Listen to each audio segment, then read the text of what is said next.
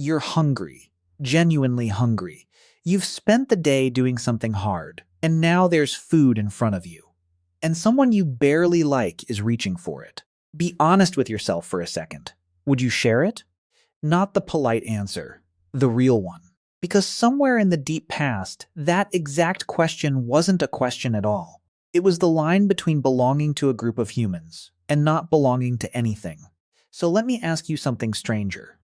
If you were dropped into a Stone Age tribe tomorrow, and you decided, just once, to keep your food for yourself, what do you actually think would happen? You probably already have an image in your head. A shouting match, maybe a fight, maybe getting kicked out into the cold. And that image is not wrong, exactly. But it's the smallest, shallowest version of the truth. Because the consequences of refusing to share food in a prehistoric group weren't just social. They were biological, ecological, spiritual, neurological, and in the long run, evolutionary. They reached into parts of you that you don't even know you have.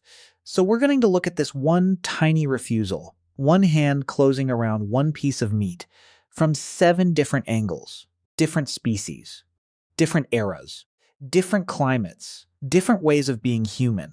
And by the end, I don't think you'll see your own dinner table the same way again. Let's start where most people don't expect. Not with humans at all. With our cousins. Picture a chimpanzee troop in a forest clearing. A male has just caught a young colobus monkey, a rare, fatty, high-value meal. He is surrounded by other chimps, including females he'd like to mate with, and males who could absolutely take him in a fight. And here's the thing primatologists noticed decades ago, the thing that quietly broke a lot of assumptions. He shares. Not equally.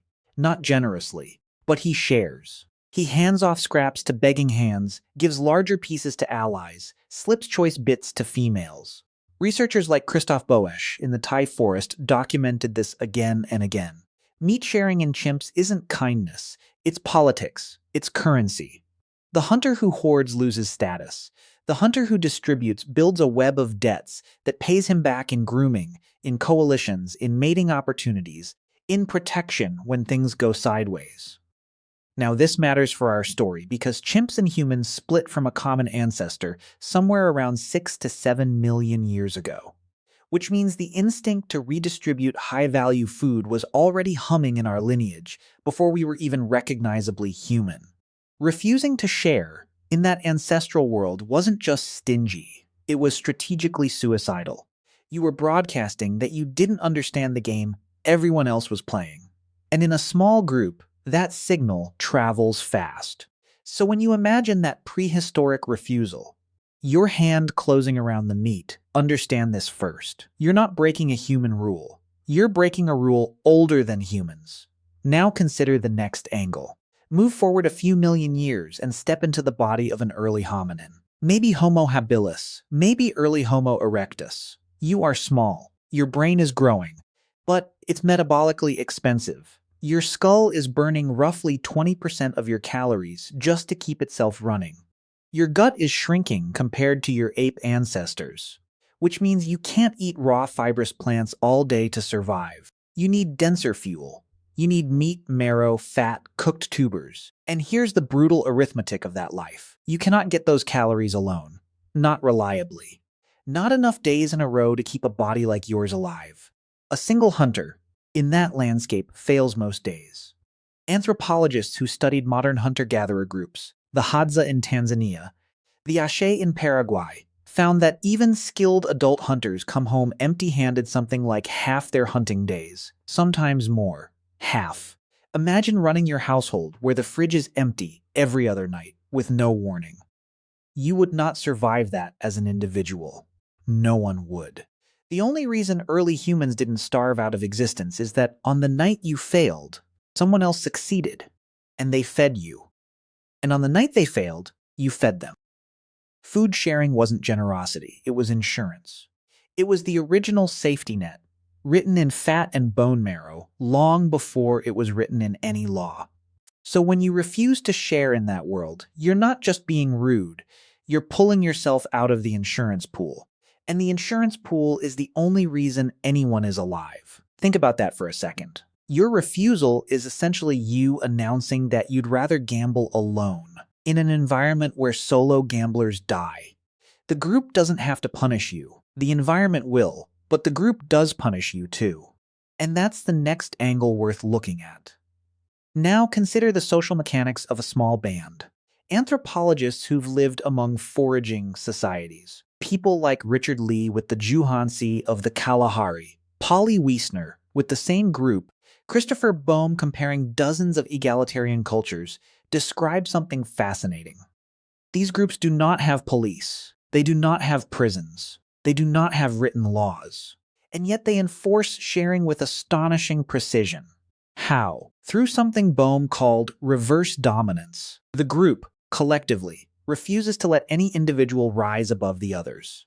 If someone hunts a big animal and starts acting proud of it, the others mock him. They tease him. They call the meat skinny and tough, even when it's the best they've eaten in weeks. The Juhuansi have a phrase that gets translated roughly as insulting the meat, and it is done on purpose, to keep the hunter humble, to remind him that the kill belongs to the group, not to him. Now imagine, inside that culture, you refuse. You don't just act proud, you actively withhold. You sit with your food, you eat in front of everyone, and you give nothing. There's no shouting at first. There might not even be confrontation. What happens is quieter and far more terrifying. People stop meeting your eyes. The jokes about you stop being warm. Children get pulled away. Conversations close up when you sit down. You've just discovered something called ostracism. And in a band of 30 people in a hostile landscape, ostracism is not an emotional inconvenience. It is a physical sentence. Because if no one talks to you, no one warns you when the lions are moving. No one shares water in a dry season. No one watches your children while you sleep. You are alone in a world that was never designed to be survived alone. And here's the part that makes the hair on your arms stand up if you let it. Modern neuroscience, work done by researchers like Naomi Eisenberger at UCLA, has shown that social rejection activates the same brain regions as physical pain. The dorsal anterior cingulate cortex, the anterior insula, the exact circuitry that fires when you burn your hand, fires when you are excluded from a group. That is not a poetic coincidence. That is your nervous system telling you, in the only language it knows, that being shut out of a group used to mean death. Your brain still treats it like a wound, because for the ancestors who built that brain, it was one. So your refusal isn't just punished. It is punished by hardware you carry around in your skull right now. But what about a different angle entirely? What about climate? What about cold? Now consider a group of humans living through one of the harshest stretches of the last ice age, maybe 20 to 30,000 years ago, somewhere on the Eurasian steppe. The cold here is not the cold you know. It is a cold that hunts. Exposed skin freezes in minutes. A wet foot can cost you toes by morning. Calories aren't a luxury. They're literally the fuel keeping your core temperature high enough to keep your heart beating. In that environment, a single mammoth or bison kill is not a meal. It is the difference between a band surviving the winter and a band becoming a layer of bones in a future archaeological site. We have evidence of how these groups handled that pressure. Sites like Dolní Věstonice, in what's now the Czech Republic, dated to around 26,000 years ago, show enormous bone piles from cooperative hunts. Animals far too big and dangerous for one person to bring down. The hunt itself required dozens of coordinated humans, and the butchering, the storage, the smoking, the sharing of fat and organ meat, all of it was a group act. You could not, eat a mammoth alone before it spoiled. The act of refusing to share, in that world, wasn't only antisocial. It was a kind of waste so extreme it bordered on sacrilege. You were squandering the death of an animal that fed everyone, including in a sense the animal's own meaning.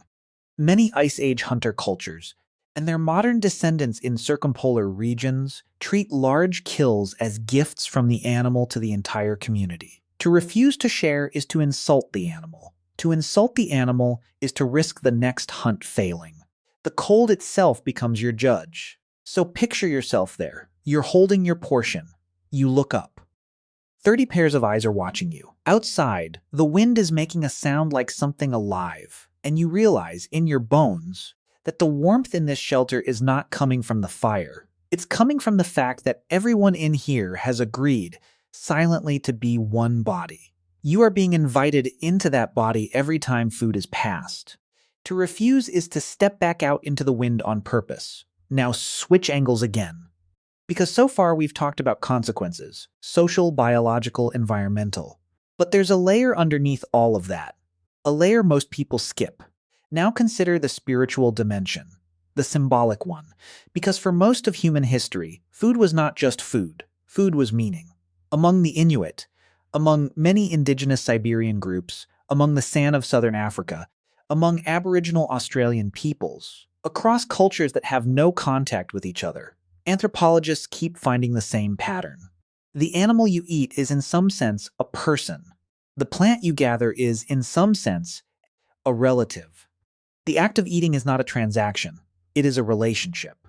And the act of sharing food is the way that relationship is honored, witnessed, and renewed. The ethnographer Nurit Bird-David called this kind of worldview a relational ontology, a way of being where everything alive is connected by obligation, not just by ecology. In that worldview, refusing to share isn't a personal choice about a personal possession. It's a refusal to participate in the web that keeps the world running. It's like cutting one strand of a spider's web and being surprised the whole thing sags. The meat in your hand was given to you by the animal, by the land, by the ancestors who taught your group how to hunt it. You didn't earn it alone. You can't keep it alone.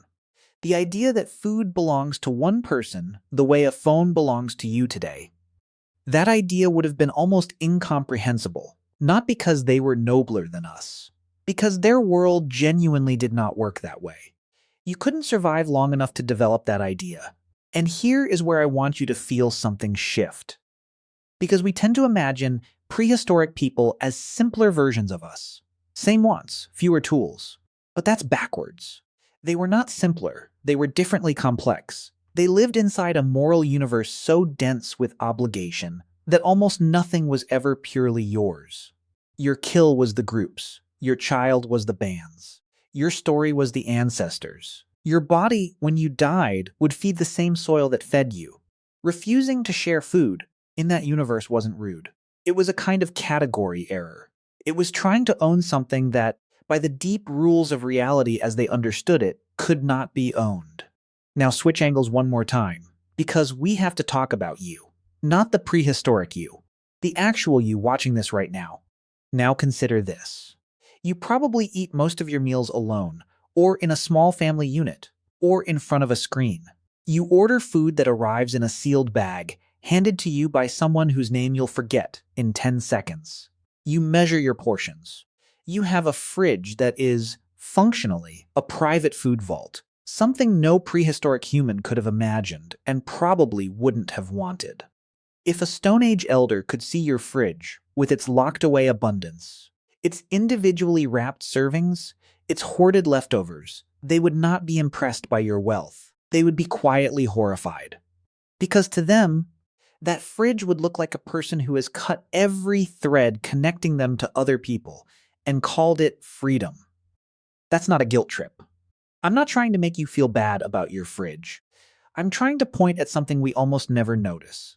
The default setting of the human brain, the brain you are using to watch this, was built in a world where eating alone was abnormal, where hoarding was pathological, where the question, "Is this mine?"